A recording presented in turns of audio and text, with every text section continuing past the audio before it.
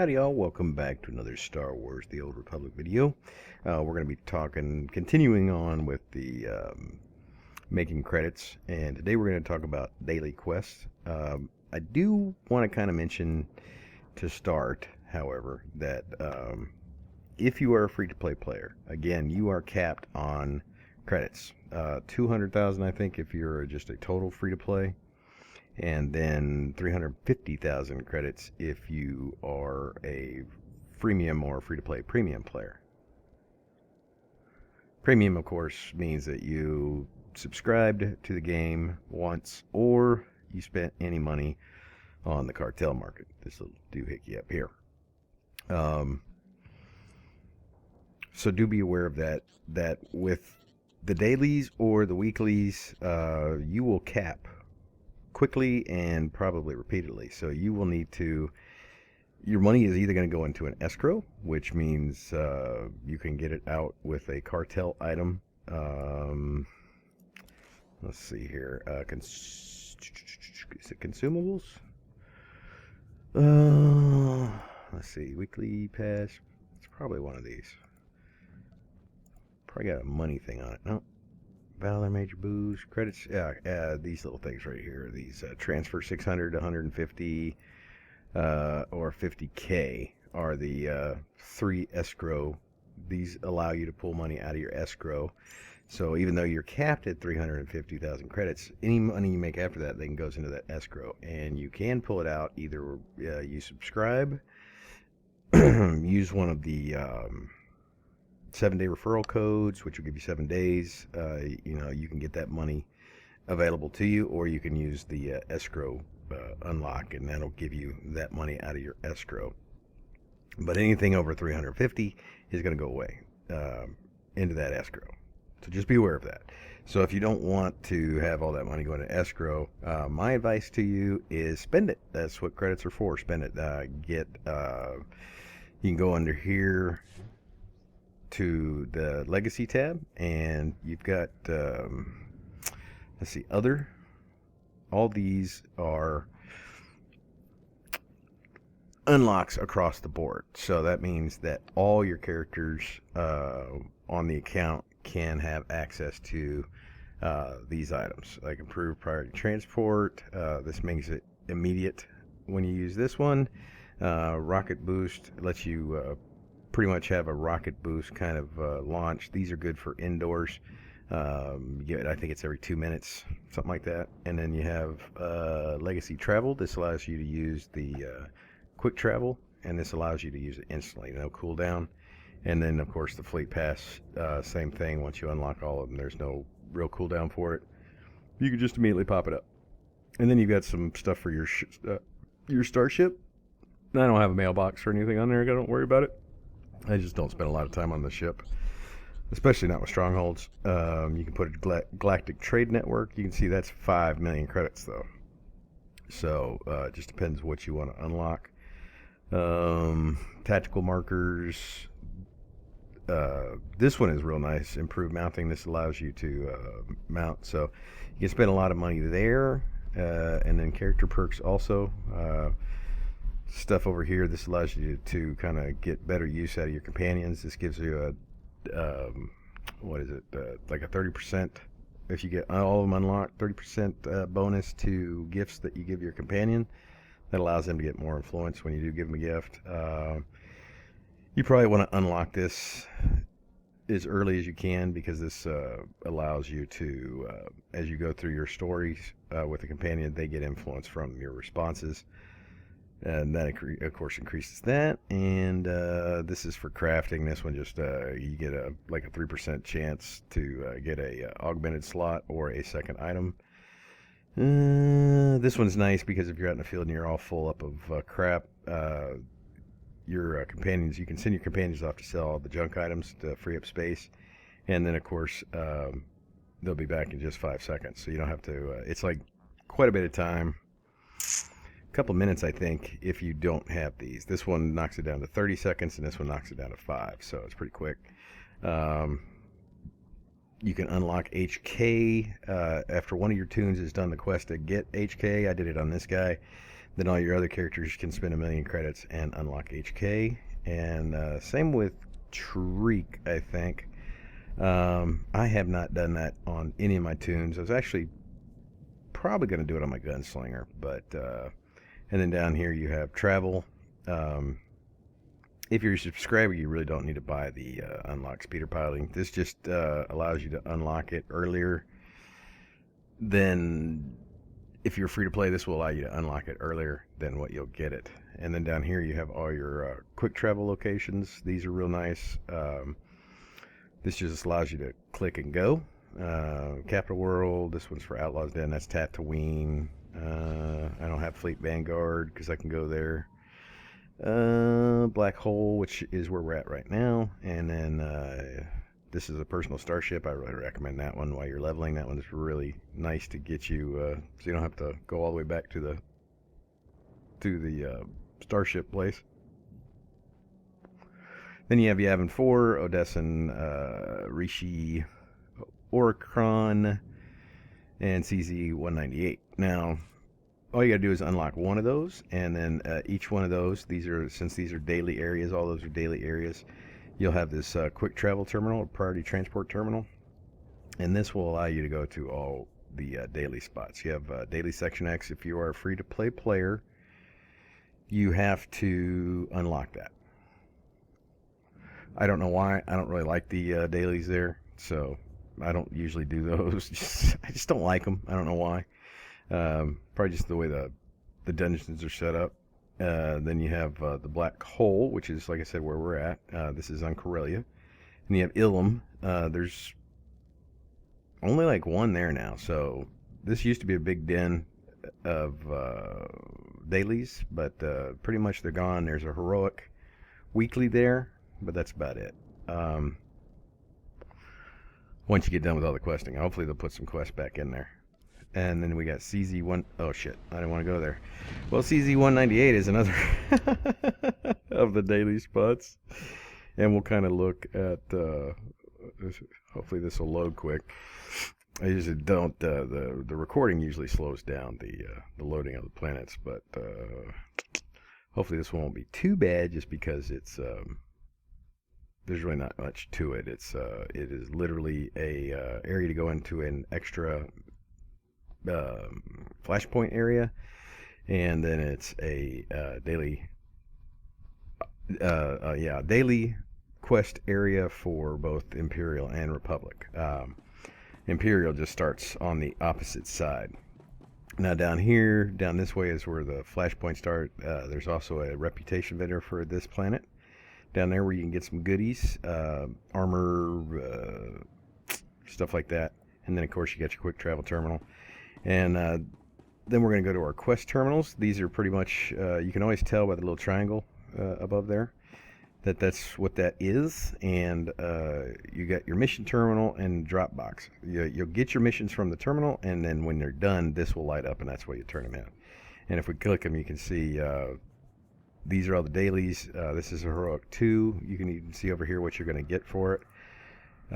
These are darkened out for me because I'm at max reputation for these guys, so even though I get this, I can't use it. Very early on, these are almost better than the weeklies.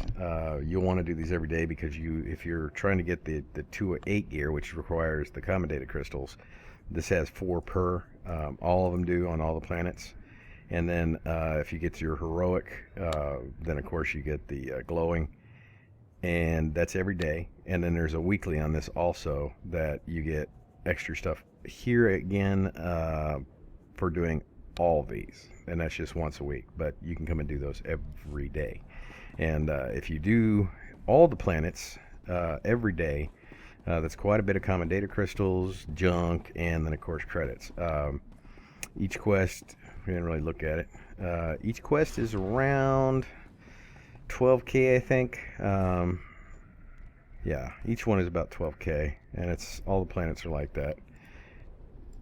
Some of them do. Well, that one's a little bit more. That one's a little bit more. Of course, that's a big. That's this one's an actual easy heroic too. It's just a single boss mob. The only bitch is there's these little guys that will float in and do ads on you. So do be aware of that. And your common data crystals. Let's fly down here and take a look at the reputation vendor real quick. Now there's some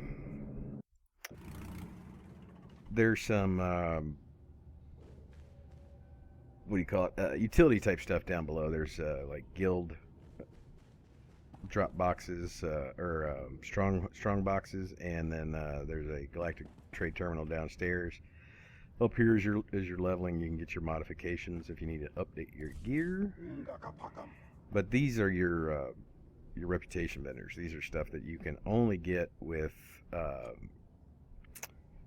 from these vendors, and you have to have the proper reputation. Like this one requires hero standing. This one requires, does it say? Doesn't look like, yeah, it doesn't look like there's any big deal there. This one required, I think, was champion. Doesn't really say either. Then all these, of course. Doesn't really say. Oh, no, it's friend standing, friend, hero. This one is champion, and this is a really neat item right here. The Sword of the Vigilant. You can see this is bound to legacy. So the little trick to these little things is that you can take inserts or item upgrades that are, say, bound on this to you. You can put them in this legacy only sword and then trade it off to one of the other members of your legacy that's on your account. So that's a neat way to get that stuff transferred around. And it's not a bad looking sword. There's cooler looking ones though, but that one's not bad. You don't see too many people with that. And most people, I still think the lightsabers look cooler. That's just me. So that's dailies. You can do those every day. With all the planets, you're going to come very close. You may even cap on a free-to-play player if you do all these every day. You're going to either cap or come real close to cap each and every single day just from doing these. And that's not including doing your weeklies. If you're like me, you spread out your weeklies over the entire week. Just because doing all of them in one day, boy, that's really tiring. It would probably take 2 days at least, depending on your amount of play time to do all the weeklies anyways. So there's your dailies. That is a second way of making credits in this game. It's not too bad. It can be done very quickly. These you can do in a single day, probably in an hour or less, doing all of them. Some of them have I don't think all of them, yeah, no, I'm pretty sure all of them do have a heroic mission for each one, which is extra money, extra credits. Those can take a little bit longer depending on your gear and your level, but they are available to you. So that's, like I said, that right there will either cap you or bring you very, very close to the free-to-play cap. Now, as a subscriber, you don't have to worry about that, because you'll just keep getting money. But if you're a subscriber and you're planning to go free-to-play, I would play the same way, and that's just, unless you're saving up for something, spend that money. You got decorations, you got all kinds of stuff to spend that money on, so to be aware of that. And their dailies, again, probably gonna cap. You can't do most of these until after 50. Some of them I think are 55. I think McKeb is, I don't know if you get bolstered anymore or not. You used to get bolstered on McKeb, so I don't know, but most of these are like Oricron, or not Oricron. Yavin 4 is like the end game one. There are some on other planets also, but I don't, like Rishi, I'm pretty sure has some dailies. I think, not 100% sure on that one, but Ilum only has one now. And there's another planet called Ziost, but I don't know if you're free to play if you get access to that, because that is technically into the Knights of the Fallen Empire. So I don't know. I don't know how that's going to work. So dailies, find your priority transport terminal. You can find that on the fleet, any hangar, any ship's hangar. Doesn't matter what class just go there. As soon as you come down the stair or the elevator, you'll see one of these just outside a hangar door. You can click this and then travel to any one of these worlds if you're able to go. Like Orcaron has a little opening quest you have to go through before you can do the dailies. Ilum. You should move right on to Ilum after you finish your class story. So if you're around 50, you should get the quest to start going there.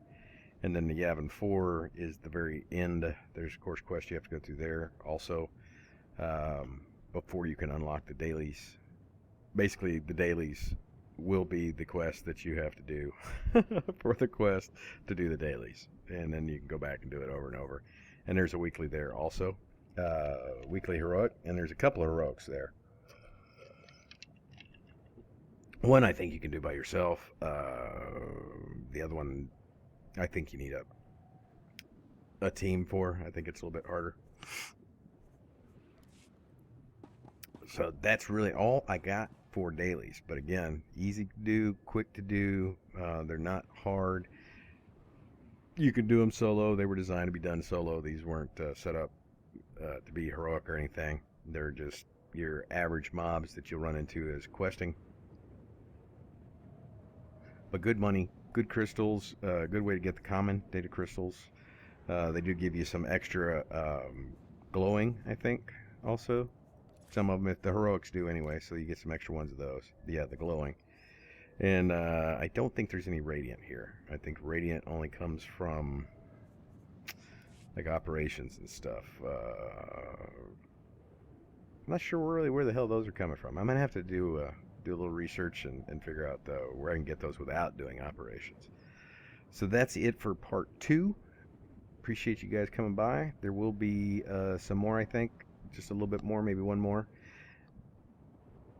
I'm not gonna do like any, maybe a little GTN. I don't know. There'll be another one with some other ways to kind of make credits in this game without having to go to the cartel market and buy packs and then sell that stuff. That's not the only way to make money. It's a good way, but it's not the only way.